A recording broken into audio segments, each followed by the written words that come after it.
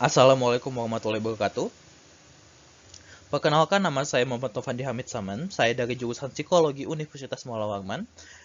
Yang hari ini akan menjelaskan materi mengenai stres, apa itu coping stress, serta bagaimana kita melakukan manajemen stres.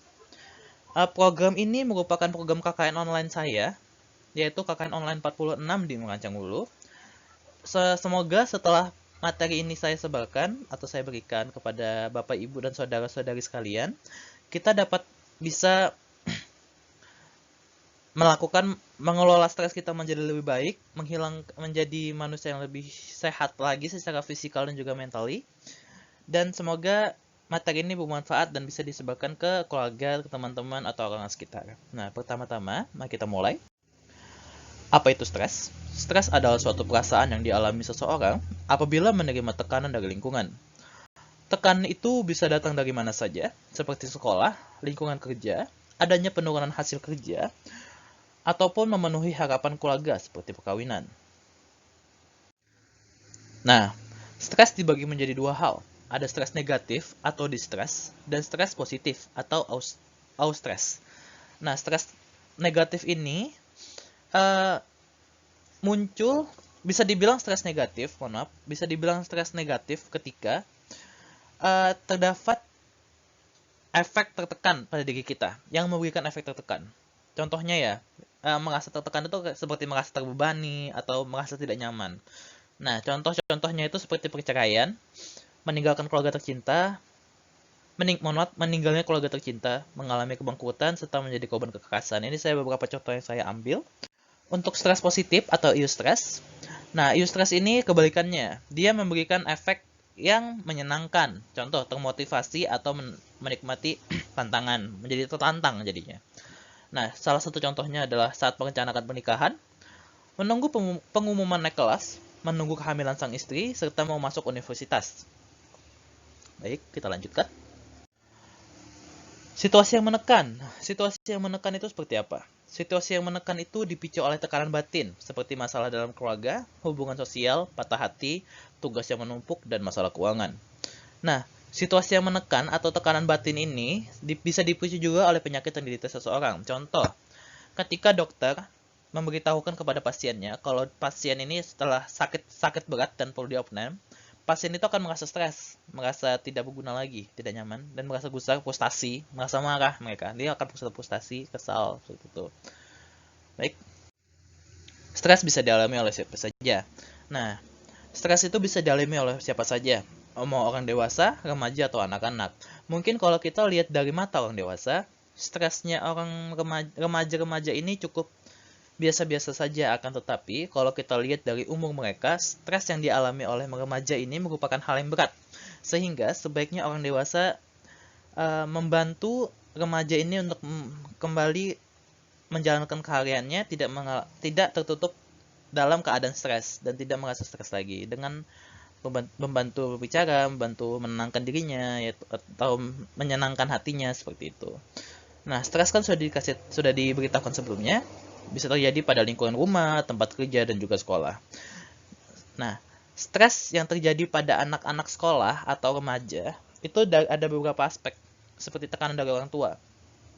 Orang tua mau anaknya belajar terus.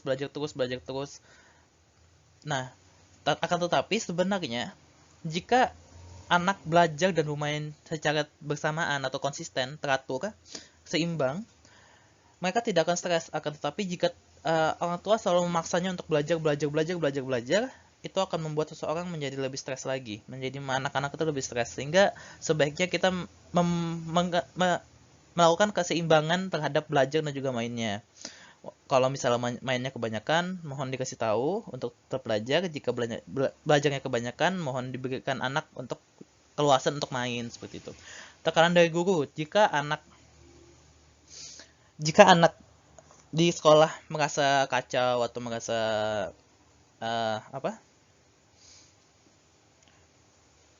kurang dengan materinya, pasti guru tuh akan memarahi kan, kayak kamu nih nggak bisa belajar gini aja, atau gurunya tuh tidak mau memberikan materi kepada anaknya karena tidak terlihat cemerlang, seperti itu. Nah, itu bisa menjadi tekanan dari anak-anak juga di sekolah.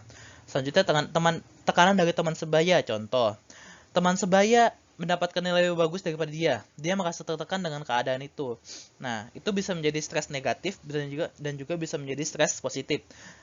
Dengan nilai ujian anak temannya itu bagus, dia bisa saja termotivasi untuk belajar lebih giat lagi, atau malah lebih sedih atau merasa kesal seperti itu. Nah, tekanan dari diri sendiri, dari tekanan yang di atas dari orang tua yang marah-marah karena sering uh, nyuruh belajar terus, dari tekanan guru juga sering marah-marah karena kita kurang bagus belajarnya, dan juga dari teman sebaya yang dapat nilai bagus. Nah, itu bisa jadi tekanan diri sendiri untuk remaja yang sekolah di sana. Jadi kayak dia tertekan dan ingin berusaha juga. Nah, efek-efeknya tuh seperti apa? Dia akan insomnia, itu sudah pasti. Dia akan susah tidur setiap malamnya karena kepikiran terus kan. Jadi kepikiran, dia nggak bisa tidur. Kelelahan dan sakit kepala karena kurang tidur tadi, dia jadi mudah capek dan juga lebih mudah sakit kepala. Munculnya masalah pencernaan karena kurangnya istirahat, dan jadi tubuh-tubuh tubuh-tubuh remaja tersebut menjadi terganggu fungsi-fungsinya, sehingga muncul masalah di dalam tubuhnya. Seperti itu. Nah, stres dapat mempengaruhi beberapa aspek. Nah, di sini ada 4 aspek yang harus saya jelaskan, yaitu secara emosional. Orang yang mengalami stres, gejalanya akan mudah menjadi gusar, frustasi, sulit menenangkan pikiran, menjadi rendah diri, merasa menjadi mudah kesepian, dan depresi.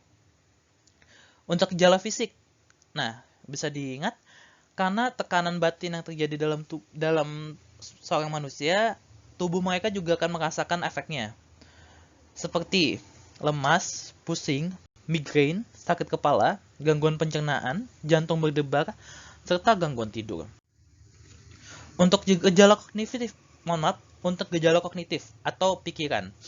Nah, untuk gejala pikiran ini, dia akan menjadi mudah lupa, memiliki pandangan yang negatif terhadap sesuatu. Contoh, makanan hilang, makanan di dapur gitu hilang kan, makanan dia habis beli.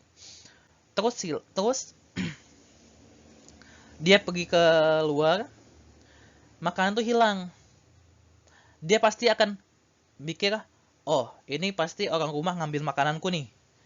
Aku kasih tahu nih, aku harus marah-marah nih sama orang rumah. Nah, dia akan kayak gitu. Padahal makanan itu cuma dipindahkan supaya tidak dimakan kucing. Contohnya seperti itu.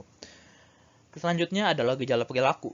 Gejala perilaku ini kan tadi seperti yang saya bilang sebelumnya, tekanan batin kita ini sangat terikat dengan tubuh kita. Jadi kalau misalnya batin kita terluka, tubuh kita juga terluka. Sedangkan jika tubuh kita terluka, batin kita juga terluka. Nah, contoh-contohnya ini seperti mereka tidak mau makan karena saking banyak pikirannya, dia juga jadi susah makan, seperti itu. Sering menghilangkan rasa gugup atau merasa kesalnya itu dengan merokok secara berlebihan dan meminum alkohol secara berlebihan. Patut diawasi. Jika seseorang sudah mulai merokok, kita perlu lihat dulu apakah misalnya dia merokok satu batang satu hari, satu pack satu hari gitu kan ya. Nah, kita lihat dulu apakah itu memang kebiasaannya, atau selama beberapa hari ini dia sempat mengalami sesuatu sehingga dia menambahkan lagi packnya menjadi 2 pack dalam satu hari gitu. Kita harus lihat kebiasaannya dia dulu sebelum kita melihat kalau orang ini lagi stres. Kita nggak bisa langsung bilang kayak gitu. Kita perlu melihat banyak aspek lagi seperti itu. Untuk dari perilaku ya. Nah, apa yang bisa kita lakukan? Maaf. Pertama, kita bisa melakukan coping stress. Coping stress itu merupakan proses seseorang melakukan segala sesuatu yang bertujuan untuk menanggulangi stres dan mengurangi dampak negatif dari stres tersebut. Contoh stres dibagi menjadi 2, emotional focus dan problem focus coping. Perlu digarisbawahi, cara coping setiap orang itu berbeda-beda. Kita bisa meminta seseorang untuk menggunakan emotional focus dulu, atau bisa langsung menyelesaikan problem fokus. Nah, terkadang ada beberapa orang yang awalnya menggunakan emotional focus coping dulu. Saya akan jelaskan sebelumnya nanti, dan langsung menyelesaikan problem fokusnya. Nah, mungkin saya jelaskan dulu emotional focus coping. Nah, emotional focus coping itu merupakan Coping yang berfokus pada menghilangkan atau meredakan emosi yang muncul karena tekanan stres. Contoh, meredakan amarah, rasa cemas, dan berduka. Nah, kan tadi saya bilang, seseorang akan mulai menggunakan emotional focus coping dulu, baru melakukan problem fokus.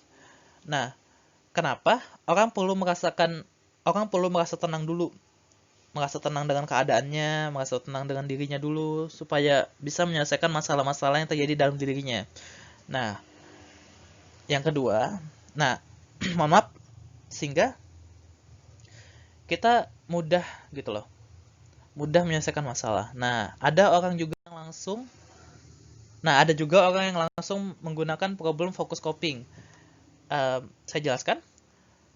Problem focus coping itu lebih menyelesaikan masalah-masalah yang menimbulkan situasi stres. Dengan kata lain, orang yang memiliki problem fokus langsung berusaha mencari akar masalahnya agar tekanannya dapat hilang.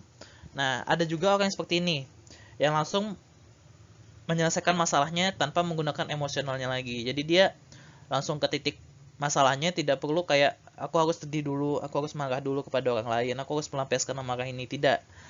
Orang yang menggunakan problem fokus akan langsung menuju masalahnya dan langsung menyelesaikannya di situ juga. Saya ambil contoh. Ada siswa yang ada tugas kuliahnya menumpuk nih. Dan besok harus dikumpul. Nah, jadi mahasiswa itu memiliki kemampuan problem fokus. Jadi setelah dia tahu tugas itu numpuk dan besok harus dikumpul, dia tidak sedih dulu, tapi langsung mengerjakan tugas itu. Nah, seperti itu. Itu problem fokus. Perlu diingat, setiap coping yang dilakukan tidak ada yang tidak benar. Jadi semuanya itu benar. Kita tidak boleh menjudge, oh kamu pakai problem fokus, kamu tidak bisa, kamu pasti sering gini kan. Tidak. Oh, kamu pakai emotional fokus, kamu pasti nggak mau menyelesaikan masalahnya. Tidak kayak gitu. Tidak. Semua coping yang dilakukan orang itu benar. Dan yang perlu dilihat bagaimana dia menyelesaikan masalahnya, seperti itu. Selanjutnya ada mulai melakukan manajemen stres. Manajemen stres itu apa? Manajemen stres itu adalah suatu keterampilan yang memungkinkan seseorang untuk mengantisipasi, mencegah, mengelola, dan memulihkan diri dari stres yang dirasakan karena adanya ancaman dan ketidakmampuan dalam coping yang dilakukan. Nah, kita bisa melakukan manajemen stres ini ketika coping yang kita lakukan itu sudah tidak bermanfaat, tidak pas untuk kita, atau kurang mendapatkan efek yang kita mau. Nah, manajemen stres ini kita bisa lihat dari ini saya berikan contoh dari 4 aspek ini ya. Mohon maaf, dari 4 contoh ini. Saya akan jelaskan satu persatu. Sering melakukan meditasi. Kenapa kita harus melakukan meditasi? Karena dengan kita melakukan meditasi, kita dapat mengurangkan tekanan batin yang kita miliki, serta dapat menjaga emosi kita tetap stabil. Dapat kita ketahui, stres itu kan muncul dari tekanan batin yang ada dalam hati kita dan belum terselesaikan kan gitu. Nah, jadi kita bisa melakukan meditasi untuk mengurangi tekanan tersebut. Selanjutnya, kita bisa mulai makan sehat dan minum teratur. Dari yang saya jelaskan sebelumnya, tubuh, batin, dan pikiran kita tuh seperti rantai, selalu saling terikat. Jika patah atau rusak, rantai yang lain akan mengalami efeknya. Nah, jika kita tidak bisa menjaga tubuh kita, seperti tidak makan sehat yang penuh dengan nutrisi, gizi, dan juga vitamin, tubuh kita akan rusak kan, akan terganggu gitu. Nah, dengan tubuh kita terganggu,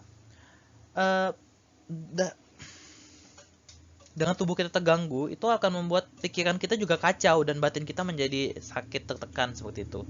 Dengan seperti itu, maka lebih baik kita harus menjaga tubuh kita dulu, dan baru kita bisa menjaga batin dan pikiran kita juga bisa. Atau sebaliknya, kita harus menjaga batin dan pikiran kita dulu, sehingga kita bisa menjaga tubuh kita. Nah, seperti itu. Yang ketiga, mulai membiasakan tidur yang efektif dan teratur. Sudah saya jelaskan tadi sebelumnya. Dengan kita melakukan istirahat, tubuh kita akan menjadi bisa beristirahat dengan tenang. Organ-organ dalam tubuh kita bisa beristirahat, seperti usus, lambung, dan lain-lainnya itu juga beristirahat. Dan membantu otak kita juga untuk istirahat. Tidak memang otak kita akan selalu bekerja, akan tetapi dengan kita istirahat, otak kita akan menurunkan efektivitas kerjanya sehingga dia cuma kerja sedikit, dan itu membantu tubuh dan pikiran kita menjadi lebih aktif lagi untuk keesokan harinya dan lebih tenang lagi.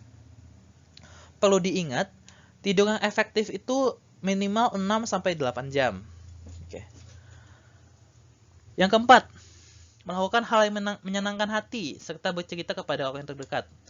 Dengan kita melakukan hal-hal yang menyenangkan hati, contoh seperti membaca buku, memancing, bermain bersama teman, itu dapat menambal kembali tekanan batin yang kita miliki, atau kita bisa langsung menceritakan ke teman-teman kita, teman-teman terdekat, orang tua kita bisa, kalau orang tua kita terbuka gitu kan, kita bisa cerita ke beliau tentang keadaan yang kita alami, masalah yang kita alami. Nah, itu bisa membuat hati kita tuh lebih tenang sedikit gitu loh, bisa mengeluarkan masalah-masalah yang kita alami. Seperti itu. Oke, ini saya berikan poster mengenai kelola stres atau manajemen stres dan reaksi terhadap stres. Nah, cara kita melakukan meditasi. Karena kita KKN-nya online, jadi kita tidak bisa melakukan meditasi secara langsung, akan tetapi semoga Bapak, Ibu, dan juga saudara-saudari sekalian bisa melakukan meditasi minimal sehari sekali, atau saat batin Bapak, Ibu, dan saudara-saudari tertekan, itu bisa melakukan meditasi untuk melakukan penenangan diri. Caranya seperti apa? Cukup mudah. Pertama, carilah posisi yang nyaman untuk Anda, seperti mau duduk, bersila boleh, ataupun terlentang di kasur. Jika sudah mendapatkan posisi yang aman, mulailah menarik napas dalam-dalam. Hitung selama 5 detik tarik napasnya itu. 1, 2, 3, 4, 5. Tahanlah napas tersebut. Selama saudara menahan napas, silahkan saudara memfokuskan diri saudara dan juga pikiran saudara kepada satu titik seperti detak jantung. Tahan napas tersebut selama 5 detik sambil difokuskan pikiran tubuh saudara itu. Setelah itu hembuskan napas saudara. Hembuskan, lepaskan semuanya. Jika sudah, tarik lagi selama 5 detik. Tahan selama 5 detik sambil difokuskan pikiran saudara kepada satu titik. Jika sudah 5 detik, hembuskan kembali. Diulangi lagi tarik napas tersebut, proses tersebut, hingga saudara merasakan ketenangan yang ada. Baik. Nah, meditasi ini juga berguna untuk saudara bisa tidur dengan nyenyak. Bisa dilakukan saat mau tidur nih. Contoh, saudara mau tidur, nggak bisa tidur nih ya, karena habis banyak kerjaan dan badan lagi benar-benar masih nggak bisa diajak tidur. Saudara bisa melakukan ini untuk menjaga tubuh saudara untuk menjadi rileks dan tenang, dan ujung-ujungnya bisa tidur. Seperti itu. Baik, ini beberapa kata. Stres dapat terjadi pada siapapun dan kapanpun, tidak melihat umur ataupun pekerjaan.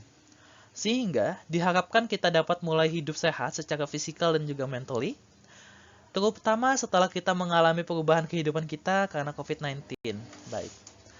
Baik, untuk hari ini itu saja yang dapat saya berikan materi. Untuk pertanyaan, silahkan bertanya di grup WA yang telah kami buat, ataupun bisa langsung japri kepada saya, bisa melakukan private chat kepada saya jika memang itu ada masalah penting, atau memang ingin bertanya-tanya saja, kita persilahkan. Terima kasih banyak, mohon ditunggu untuk materi selanjutnya. Assalamualaikum warahmatullahi wabarakatuh.